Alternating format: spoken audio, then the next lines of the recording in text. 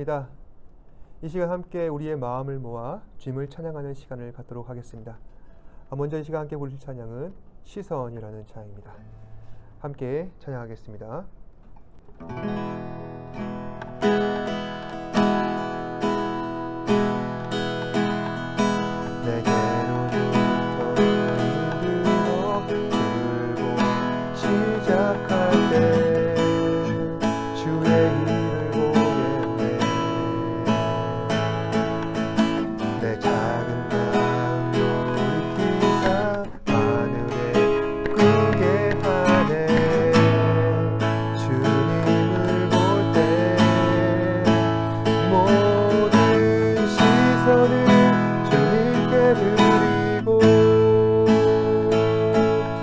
살아계신 하나님을 느낄 때 세상은 주의 역사가 되고 하나님이 일하기 시작하네. 성령이 나를 변화시켜 모든 두려움 사라질 때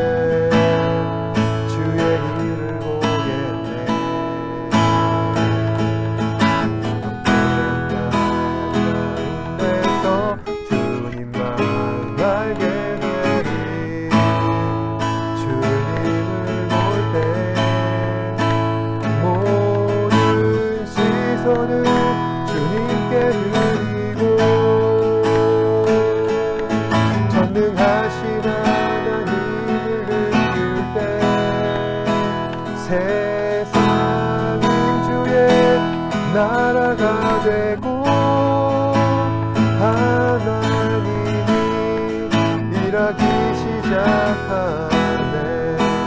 모든 시선을 주님께 드리고 살아계신 하나님을 느낄 때 내 삶은 주의 역사가 되고 하나님이 일하기 시작하네. 모든 시선을 주님께 드리고 전능하신 하나님을 느낄 때 세상은 주의 나라가 되고 하나님이 일하기 시작하네.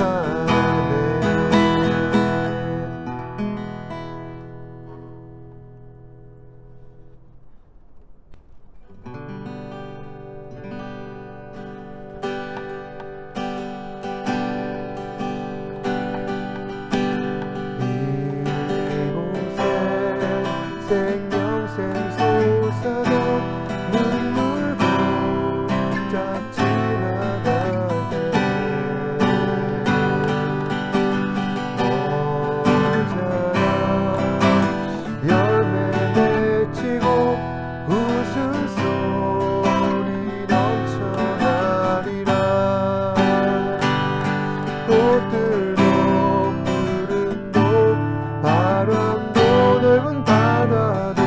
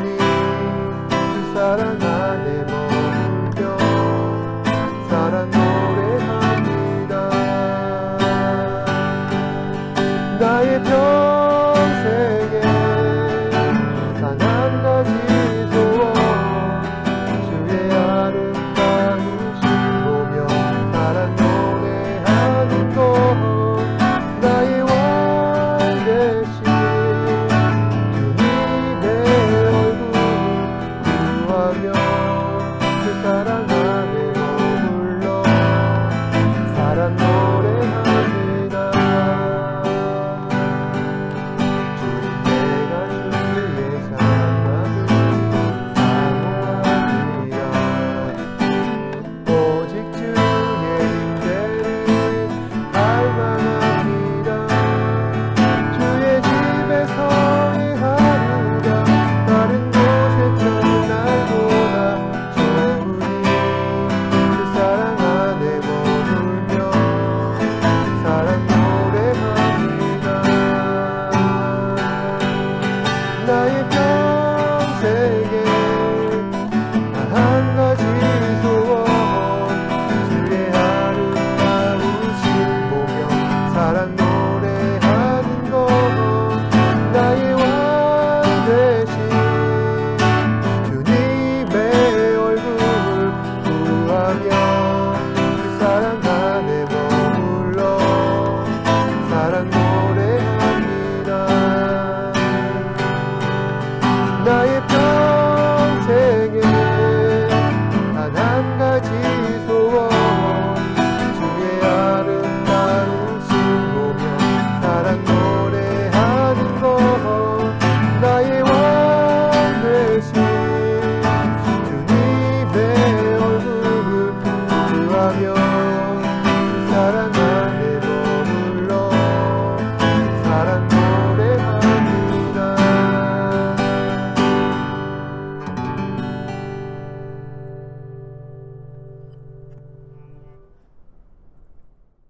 사도신경으로 신앙을 고백하도록 하겠습니다. 전능하사 전지를 만드신 하나님 아버지를 내가 믿사오며 그 외아들 우리 주 예수 그리스도를 믿사오니 이는 성령으로 잉태하사 동정녀 마리아에게 낳으시고 본디오 빌라도에게 고난을 받으사 십자가에 못 박혀 죽으시고 장사한 지 사흘 만에 죽은 자 가운데서 다시 살아나시며 하늘에 오르사 전능하신 하나님 우편에 앉아 계시다가 저희로서 산자와 죽은 자를 심판하러 오시리라. 성령을 믿사오며 거룩한 공회와 성도가 서로 교통하는 것과 죄를 사하여 주시는 것과 몸이 다시 사는 것과 영원히 산 것을 믿사옵나이다. 아멘. 이 시간 예배를 위해서 제가 기도하겠습니다. 고맙고 사랑이 많으신 아버지 하나님, 오늘도 이 시간 예배 자리에 나와 주님을 찬양하며 경배할 수 있도록 인도하여 주시니 감사합니다. 주님, 각자 속한 곳에서 주님 앞에 예배를 드리는 우리 친구들, 그 마음 가운데 성령 하나님 임재하여 주사 신령과 진정으로 드릴 수 있는 예배 되게 하시고, 또한 우리 마음 가운데 있는 모든 무거운 짐들 주님 앞에 내려놓아 기쁨으로 주님을 찬양할 수 있도록 성령님 인도하여 주시옵소서. 지난 우리의 삶을 돌이켜볼 때 아버지 하나님, 너무나도 부끄러운 죄인의 모습으로 살아왔음을 고백합니다. 주의 자녀답게, 또 예수 그리스도의 제자답게 주님을 본받아 살아야 했음에도 불구하고 이전에 옛사람의 모습으로 죄를 범하며 마음속과 그리고 우리의 입술과 행동으로 죄인처럼 살아왔습니다. 이 시간 주님 앞에 나와왔사오니 성령의 기름 부으심으로 충만케 하여 주시옵고, 또한 예수 그리스도의 보혈로서 우리의 모든 무거운 죄 깨끗이 씻어주사 아버지 하나님을 기뻐하며 살아갈 수 있도록 성령님 인도하여 주시옵소서. 또 아버지 하나님, 우리가 하루하루를 살아갈 때 한 시간도 허투루 보내지 않도록 우리에게 지혜와 능력을 허락하여 주시옵소서. 미래를 잘 준비하게 하시고 주께서 귀하게 사용하는 인재로서 우리를 만들어 가시고 채워 주시옵소서. 그리하여서 우리의 부족함을 깨달을 때마다 하나님의 은혜를 더 구하게 하시고, 또 그 하나님의 은혜로 말미암아 세상 가운데에서 주님을 기쁘시게 하는 자녀로서 살아갈 수 있도록 성령님 인도하여 주시옵소서.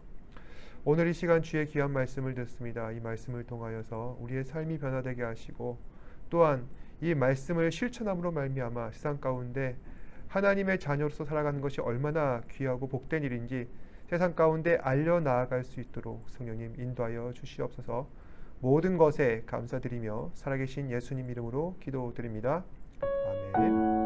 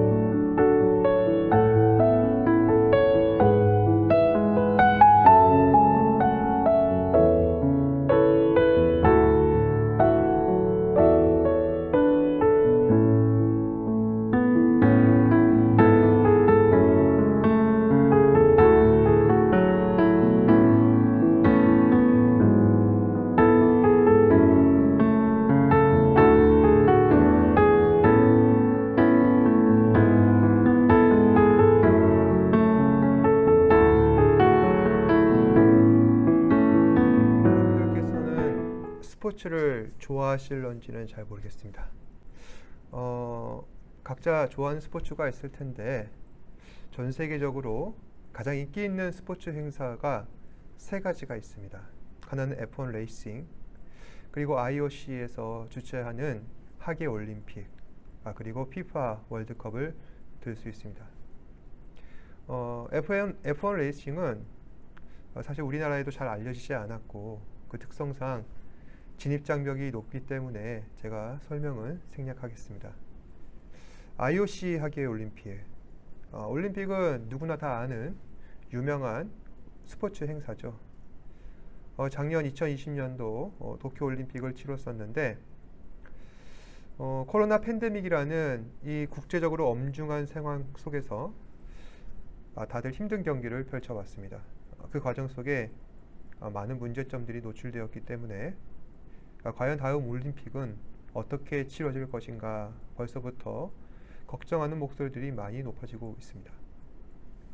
그리고 마지막 피파 월드컵 축구, 전 세계 192개 국가들 가운데 치열한 예선을 거친 32개 나라들이 모여서 세계 최고의 축구팀을 판가름하는 가장 인기 있는 국제 스포츠 대회 가운데 하나가 바로 이 피파 월드컵 축구입니다.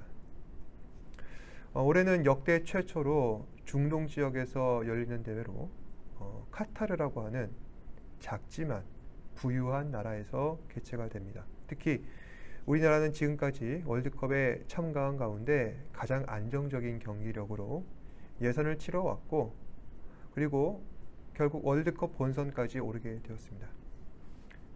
특히 공격과 수비에 있어서 상당한 수준의 월드클래스 선수들이 포진해 있기 때문에 그래서 이번 국가대표팀은 역대에 비교해 봤을 때 가장 높은 수준의 팀이라 평가를 받고 있습니다. 특히 최종 예선전을 치르면서 아시아에서 1, 2위를 다투고 있는 숙적 이란을 우리나라가 손쉽게 꺾는 파란을 일으키고 최고의 결과를 이루어냈습니다. 이제 본선 진출이 확정된 가운데 마지막 아랍에미리트와의 그 경기가 얼마 전에 있었었죠. 많은 팬들과 그 전문가들의 그 평가에 의하면은 현재 수준이면은 이제 아랍에미리트 정도의 그 나라는 쉽게 꺾고 그리고 유종의 미를 거둘 수 있을 것이다. 다들 그렇게 생각했습니다. 그런데 막상 뚜껑을 열어보니까 우리 생각과는 전혀 다른 경기가 펼쳐졌죠. 결과적으로는 1대0 패배. 경기 후에 대표팀 감독은 최악의 경기력이었다. 결과뿐 아니라 경기력과 태도 모두 다 실망스럽다. 예선 마지막 경기에서 조 1위를 차지하고 보다 유리한 조편성을 받을 수 있는 그런 기회를 얻을 수 있었는데 기대를 무참히 깨버렸다. 결과에 대한 불만을 표시했습니다. 다시 말해서 우리가 끝까지 좀 최선을 다했어야 하는데 선수들이 너무 일찍 축배를 터뜨린 바람에 우리는 패배를 하게 되었고 결국 좋은 결과를 얻지 못했다는 것입니다. 그러니까 이미 본선은 따놓은 당상이니 다들 긴장을 풀고 그 마음 가운데 교만이 찾아왔던 것이죠. 어떠한 상황에서든 교만이라는 감정은 패망하게 하는 지름길입니다. 우리 삶 가운데서도 마찬가지죠. 또 축구뿐만이 아니라 우리의 신앙생활도 그렇습니다. 겸손히 우리는 하나님의 은혜를 구하면서 하나님만 붙들며 살아갈 때 우리의 인생 가운데는 아무 문제가 없었는데 어느 순간 하나님이 아닌 내가 주어가 되어서 더 이상 하나님을 찾지 않게 되는 그런 경우가 있을 때 실수하고 넘어지는 경우가 종종 있었습니다. 오늘 우리는 말씀 가운데에서 나타난 이 사울의 모습을 통해 과연 우리 삶 가운데 교만이 하나님 앞에 얼마나 위험한 것인지 다시 한 번 더 살펴보고자 합니다. 오늘 말씀은 블레셋과의 전투로 인해 지쳐있는 이스라엘의 모습들과 그리고 그런 상황 속에서 사울이 자신의 공을 세워 이름을 높이고자 자기 백성들에게 무모한 금식을 선포하는 어리석은 장면들을 묘사하고 있습니다. 24절 말씀 함께 읽어보겠습니다. 시작. 이날에 이스라엘 백성들이 피곤하였으니 이는 사울이 백성에게 맹세시켜 경계하여 이르기를 저녁 곧 내가 내 원수에게 보복하는 때까지 아무 음식물이든지 먹는 사람은 저주를 받을지어다 하였습니다. 그러므로 모든 백성이 음식물을 맛보지 못하고. 다시 말해서 군사들은 지금 밥을 먹지 못해 허기져 있는데 이 사울 왕은 자기 병사들의 이 형편을 생각하지 않고 아무 음식물이든지 먹는 사람들은 내가 반드시 저주할 것이다. 이렇게 엄포를 놓는 것입니다. 한 나라의 왕으로서 자신들이 지켜야 할 이 백성들의 삶을 제대로 파악하지 못하고 공감 능력도 갖지 못하는 그런 어리석은 모습을 우리는 지금 바라보고 있는 것입니다. 사울은 왜 이러한 무지한 행동을 하는 것인가? 사울은 왕으로 등극한 지 얼마 안 되었죠.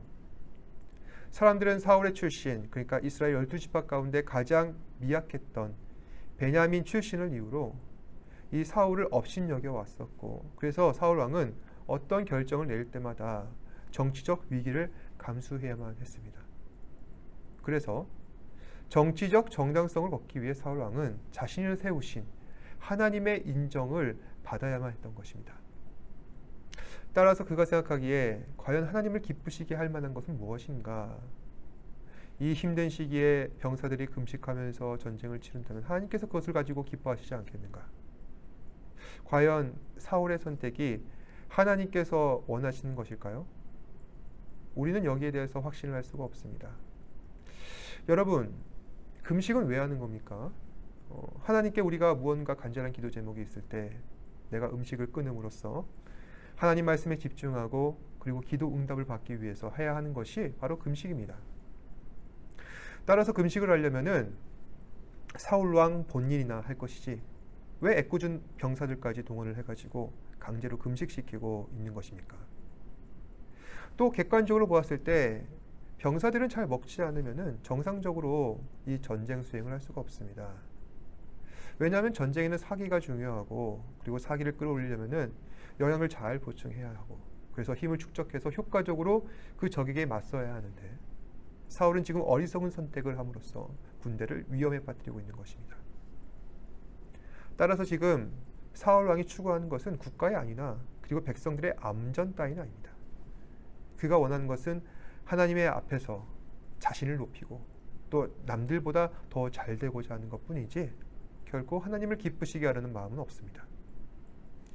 결국 사울 왕이 이러한 어리석은 선택을 내린 결과 이스라엘에게는 어떤 일이 벌어집니까? 29절에서 30절까지 함께 말씀을 읽어보도록 하겠습니다. 시작. 요나단이 이르되 내 아버지께서 이 땅을 곤란하게 하셨도다. 보라, 내가 이 굴 조금을 맛보고도 내 눈이 이렇게 밝아졌거든 하물며 백성이 오늘 그 대적에게서 탈취하여 얻은 것을 임의로 먹었더라면 블레셋 사람을 살육함이 더 많지 않겠느냐. 요나단은 사울의 아들입니다. 사울 이야기 다음에는 이제 그 유명한 다윗이 나오는데 요나단과 다윗은 아주 절친이었습니다.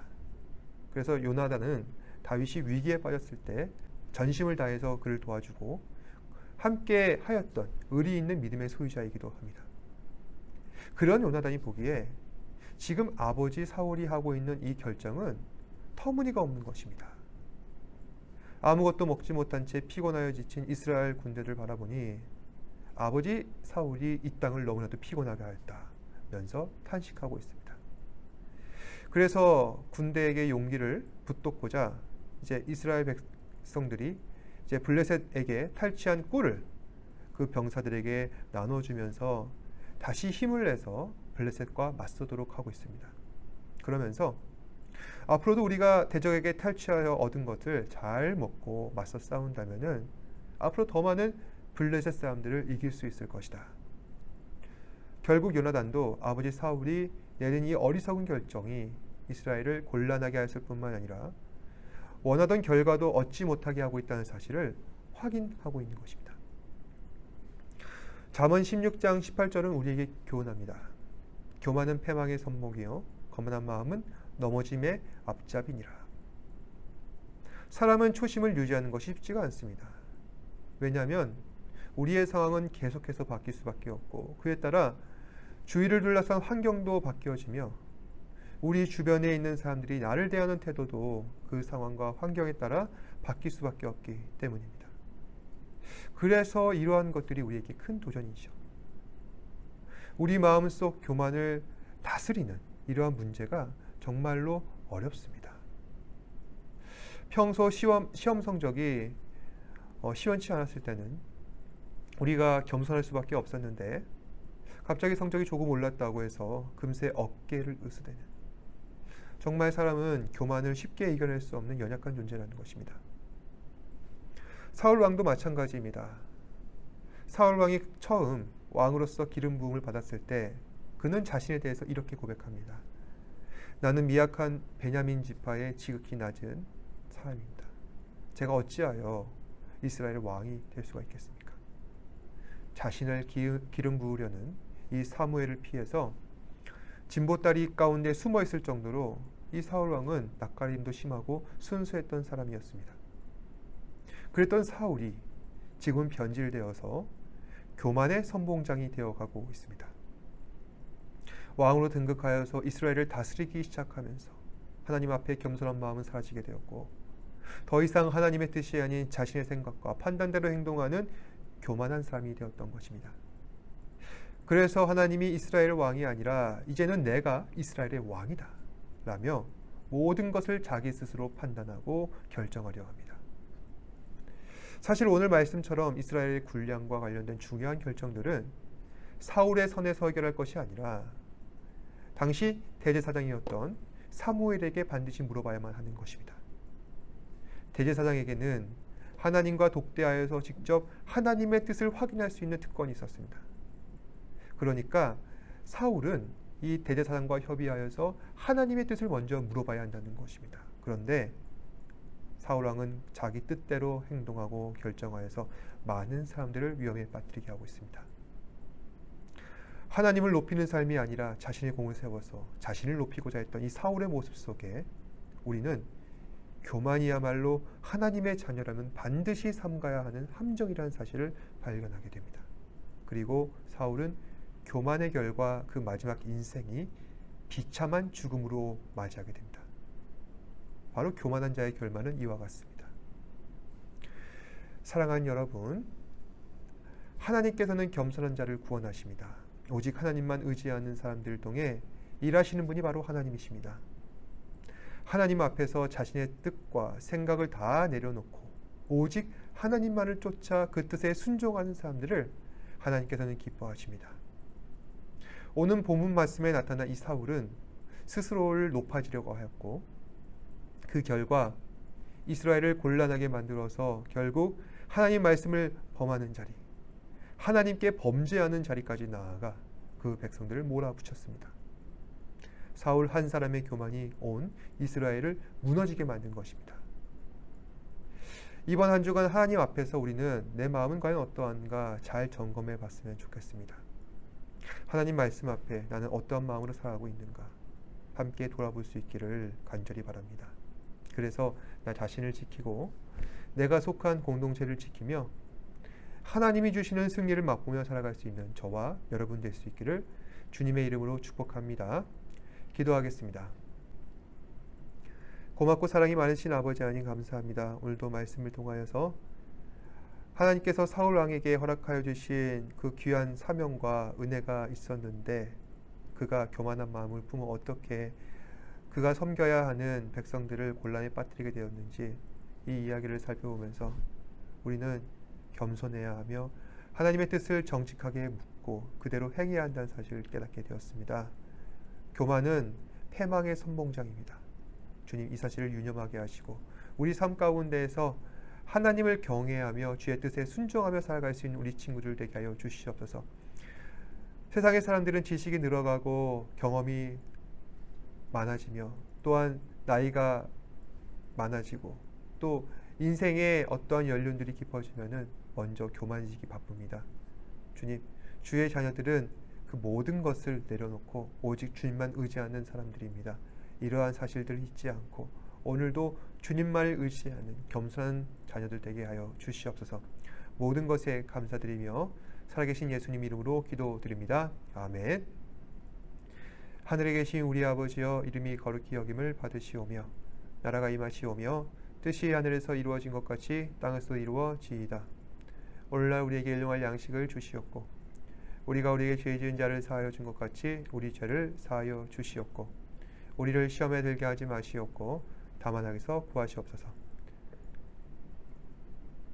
나라와 권세와 영광이 아버지께 영원히 있사옵나이다. 아멘.